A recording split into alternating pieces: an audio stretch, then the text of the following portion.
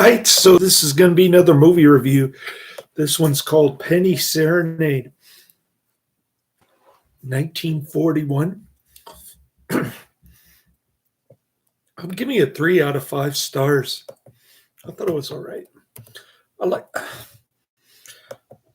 really got bored with the build-up, first hour and a half, but started to pick up with the nativity scene. Then it started to become a real tearjerker.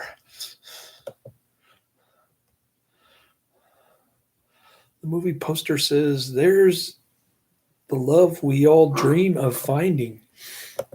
I don't know. Yeah, I guess maybe I was no, his mother. I wanted to adopt a child, and his mother filed divorce. But Irene Dunne almost filed divorce. But then they got their lucky break. It was very romantic, the ending. Anyways, 1941 U.S. melodrama directed by George Stevens, starring Irene Dunne and Cary Grant as a loving couple who must overcome adversity to keep their marriage and raise a child. Wow, what a novel concept in 1941. They actually wanted to stay married and raise a child. All the vaccinated women on Tinder don't want any children. Is that a coincidence, or is it just they believe in human depopulation? Grant was nominated for the Academy Award for Best Actor for his performance.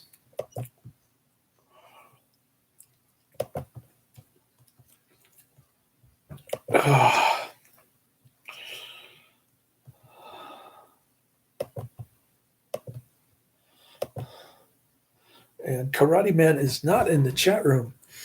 Karate Man missed out on British Crumpet Man earlier this morning. Trying to make a pass at me, British Crumpet Man. That guy never gives up.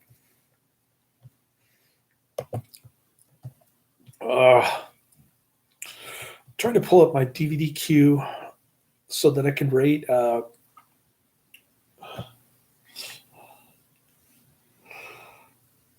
Deal of the Century. That one gets a 2 out of 5.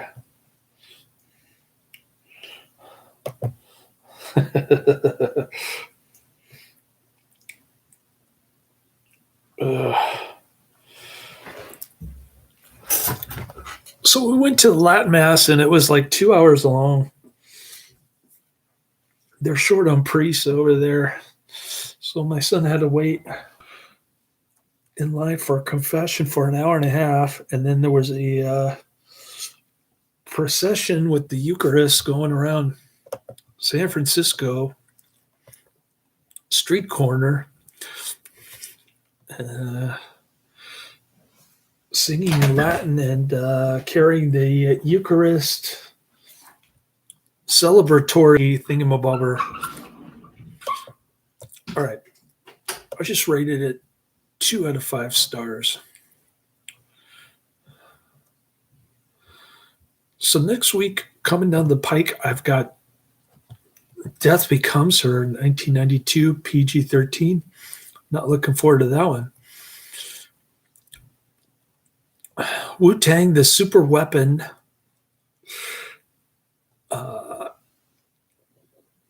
Death Promise double feature.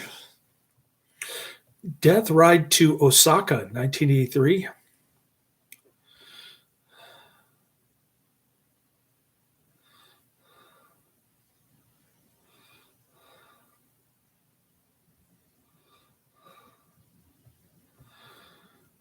And The Dead Zone is a short wait now. I'll go down my list later. The film charts, The Meeting, Courtship, and Marriage of Julie Gardner, Irene Dunne.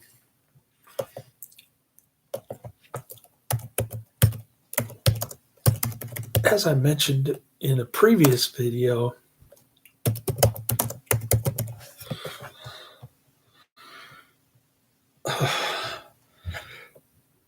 it's the third of three Irene Dunne, Cary Grant collaborations. The second one I've already reviewed, My Favorite Wife. And the first one I have not seen, The Truth.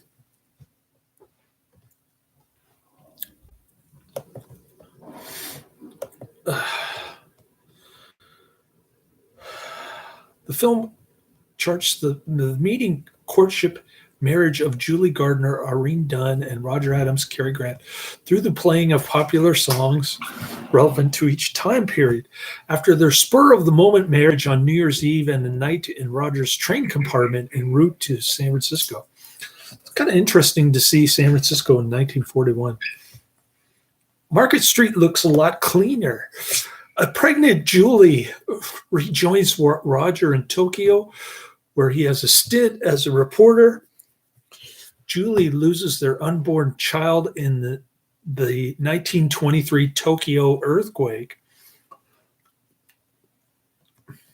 and returns with Roger to California despondent until their friend Applejack Carney, Edgar Buchanan, encourages them to adopt a child. Now, that's a concept that I recommended to his mother, and she filed divorce paper. While Roger struggles to keep a newspaper going in the fictional California town of Rosalia, Julie keeps house and fits out the nursery. They apply at an adoption agency for a 2-year-old boy, and they receive a call from Miss Oliver Bella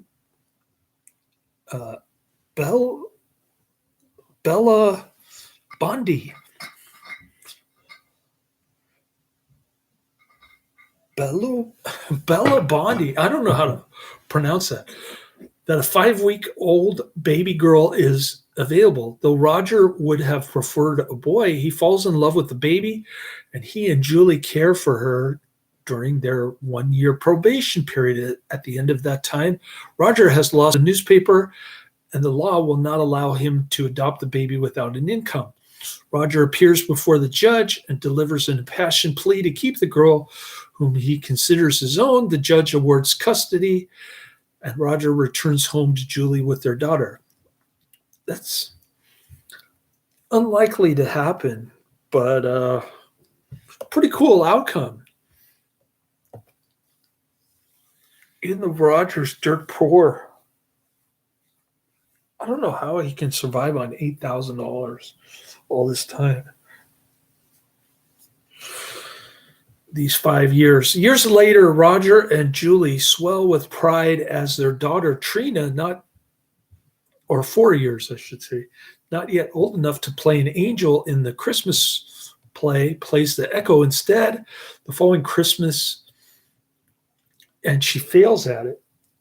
She feels like she's not going to be in the Christmas play next year.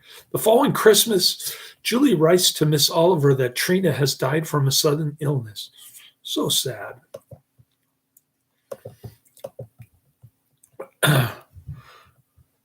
The child's death sends Roger into deep depression, and Julie resolves to leave him, believing he no longer needs her.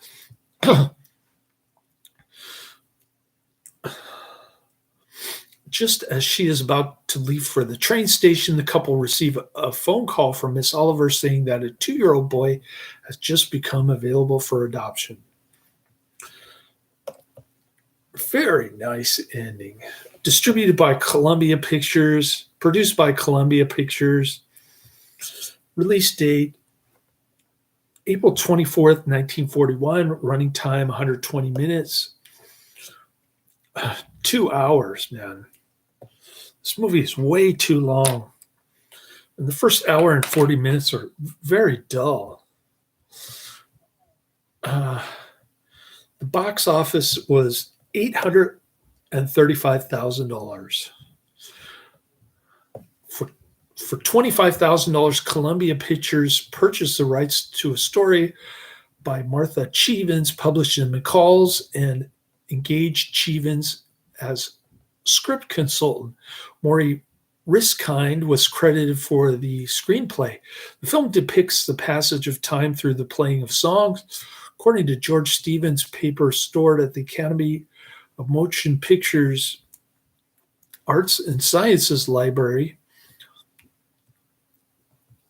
Stevens kept close track of the chronology of the songs to accurately match them to the different time periods in the script. These songs include the Japanese Sandman, These Foolish Things, Just a Memory, 3 o'clock in the morning, Ain't We Got Fun, and the Prisoner Song. Penny Serenade is the third of 3 films pairing Grant and Dunne, each playing a married couple. At the time, California law restricted the time an infant could be present in a film studio to 2 hours per day. During that time, the infant could be kept on a soundstage for only 1 hour and be filmed under the studio lights for only 20 minutes at a time. To double the amount of time, he could film the character of Trina both as a baby and as a 1-year-old. Stevens hired identical twin girls for Trina at each age. The baby was played by Judith and Diana Fleetwood, and the 1-year-old by Joan and Jane Biffle. Filming took place from October 14, 1940 to January 15, 1941. The film was released on April 24, 1941. On the film review website Rotten Tomatoes, Penny Serenade receives a fresh rating of 93%. 15 out of 16 of its T-meter critics reviewed the film positively. Variety commended both the direction and the acting for lifting the script out of maudlin melodrama, describing the plot elements as tenderness, heartthrob, comedy, and good old-fashioned gulping tears. The review notes, 6 times the yarn approaches the saccharine, only to be turned into sound human comedy drama. A Time review also lauded Stevens' direction, stating, Grant and Dunne cannot overcome the 10 little fingers and 10 little toes plot. It is too often a moving picture which does not move. Skillful direction saves it from turning maudlin. Radio Times said that Grant gives a lesson in screen acting and was rightly Oscar nominated for the superb, subtly shaded portrayal that keeps sentimentality at bay.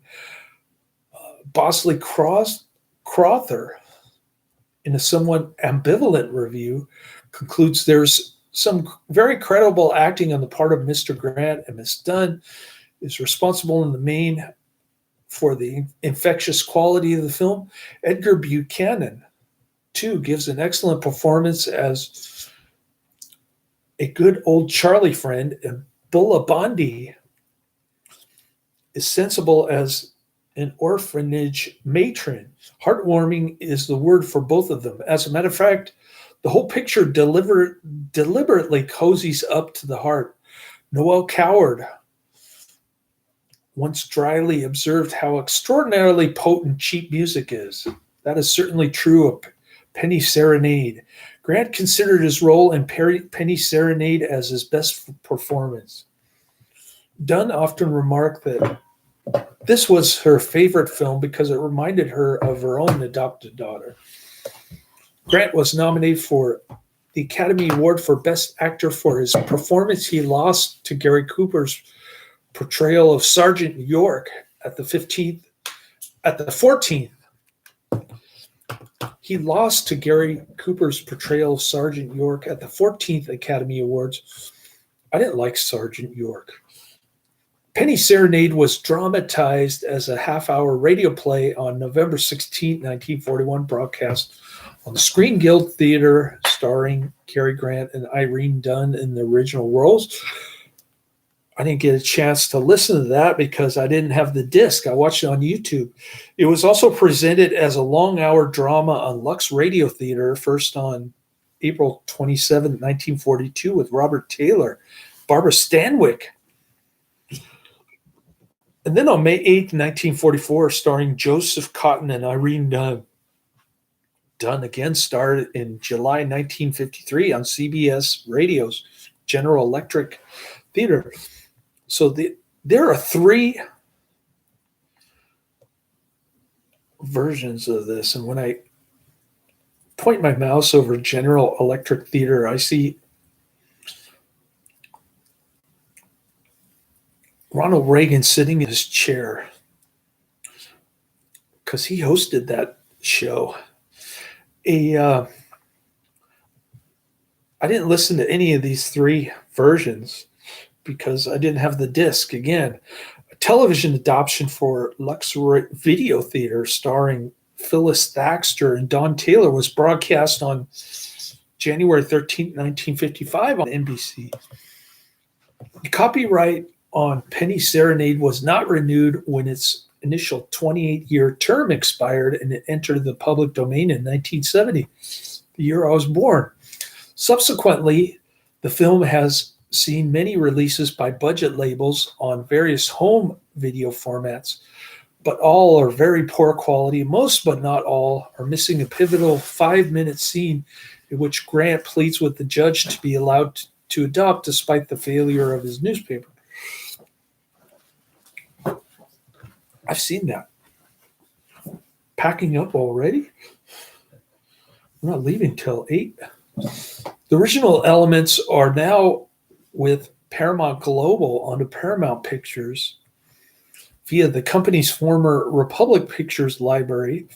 Using these elements, Penny Serenade has been released uncut and in high quality on Blu-ray and DVD in the US, Olive Films 2013, and Germany, Alive 2017. The main character in Ang Lee's Lust Caution 2007 watches Penny Serenade in a Shanghai movie theater showing Western films. I went on a date with his mother to see Lust Caution in 2007, 2 years before he was born. I saw it on the big screen.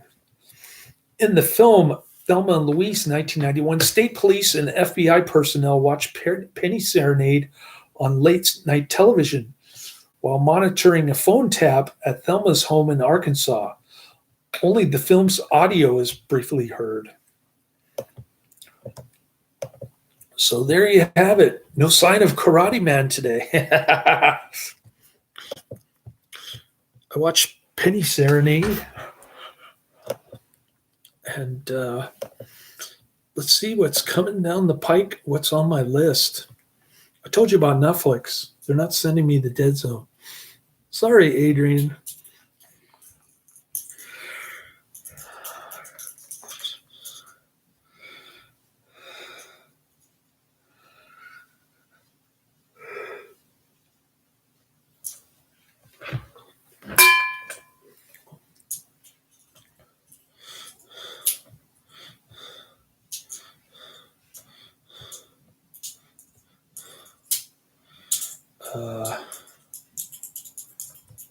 Here we go. Next up is Creature from Haunted Sea, 1961. It's supposed to be a comedy horror thingamabobber. War of the Satellites, 1958. The Black Raven, 1943. He Walked by Night, 1948. They Were So Young, 1954. That's the next 5 coming up on my list later.